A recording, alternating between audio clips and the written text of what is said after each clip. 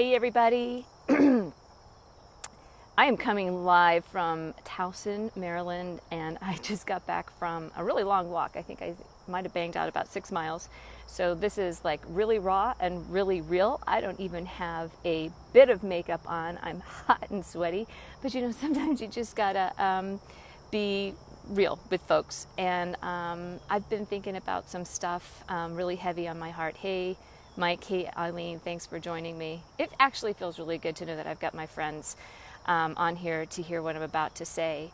So this is kind of dedicated to lots and lots of people out there. I think this message could be universal, but in particularly for all the parents out there moving their college kids into school. So we just had a whirlwind few days. We drove down from Boston to North Carolina to move our oldest into college for her sophomore year, and we also had our younger one with us.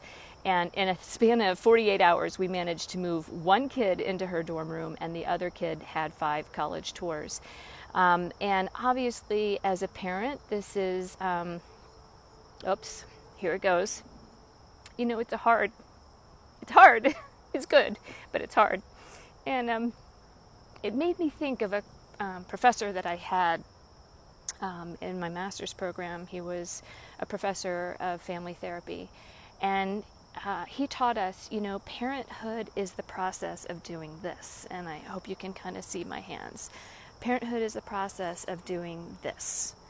When you have a child and they're an infant, you hold them close to your chest, and this is guys and women, you hold your baby close to your chest. And then as they get a little bit older, maybe they start to sit up, you kind of sit right behind them to make sure they don't topple over. And then as they become a toddler, you open your arms a little bit wider, just a little bit wider, so that they can go and explore their new universe. But, toddlers come running back to sit on your lap because they're easily spooked and freaked out by things that they discover, right? With the exception of my second daughter, who was so adventurous, she was not one of those kids. She kept us on our toes. And then as children get older and older, you open your arms a little bit wider until all of a sudden they're kind of a young adult and your arms are like this, wide open, right? And my college professor, Dr. de Blasio, said, but your arms are wide open even in their adulthood, because as adults they have a need to come back and to recharge their batteries with their parents, and to get the reassurances and to get reset on their values that you've taught them growing up. So I wanted to share that analogy because I've been thinking about it all week long. And it's been an emotional process because, of course, Bill and I are anticipating being empty nests next year. But I think it's a great analogy because one of the things that I'm also doing this week is I am helping to finish up the last few things and packing up the family house, because my mom is going to be moving up to Sudbury to be close to us. And we have a whole house full of memories here. 50 years. It's weird because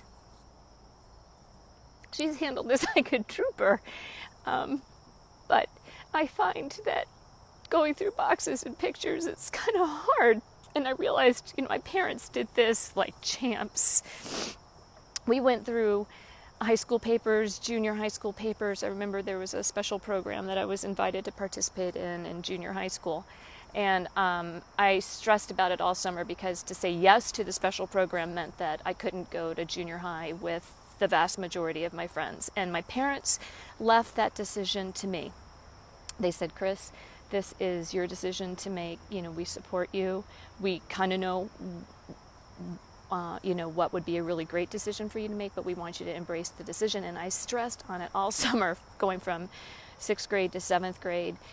And ultimately, I made the decision to join into the specialized program, and I had some of the best years of my life there at Dumbarton Junior High School. And fun fact, I'm hoping to get together with several of my childhood friends tonight who also happened to be in that program. So it was a really great decision. But that's an example of having their arms open, not holding me tight to them or dictating what I needed to do, but they opened their arms and gave me the freedom to make a healthy decision for myself, which I did do, and it was a fantastic decision.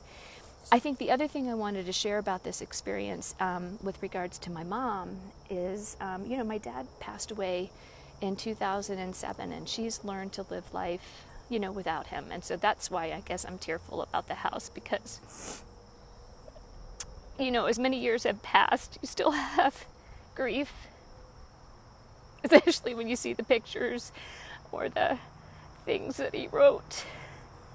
I'm sorry. But, I think that in this process of kind of letting go, it also applies to this, time in life when you're kind of letting go of your family homestead. But the beauty of it is, and this is the point that I really wanted to share with you, and I didn't plan on being tearful, is that when you open up your arms wide in the process of letting go, which is what Dr. de Blasio was really talking about, is you're opening up your arms to make room for other things in your life. And so we do that as parents, as we open up our arms and let our children grow up. And we also do this, as part of when we're letting go of family members who, are with God. And we're making room in our life for other things. And Mom's making room in her life to, make this transition and make lots of new friends up in Sudbury. But the other thing that I wanted to point out is, see my hand out there? When we open up our arms wide like that, what do we have the capability of? We have the capability of reaching out and touching other people. And so we have this incredible gift when we open up our arms, let go of things that need to, to give them freedom and space. But when we give freedom and space, we also have room to touch other people, like out there. And if anybody knows me, you know that that's kind of what I'm all about right now. I just love helping people. I think I probably always have, but I'm so lucky to have found the wellness program that I work with, because I get to do what I love to do. I get to train other people to do what I love to do. And it actually helps me to do all these different things all across the country and still kind of stay functional. Because my phone is my, workspace, I guess you could say. So I'm just really grateful for my coaching community and my clients. I've talked to several of you on my 5-mile walk this morning, or 6 miles, whatever I did.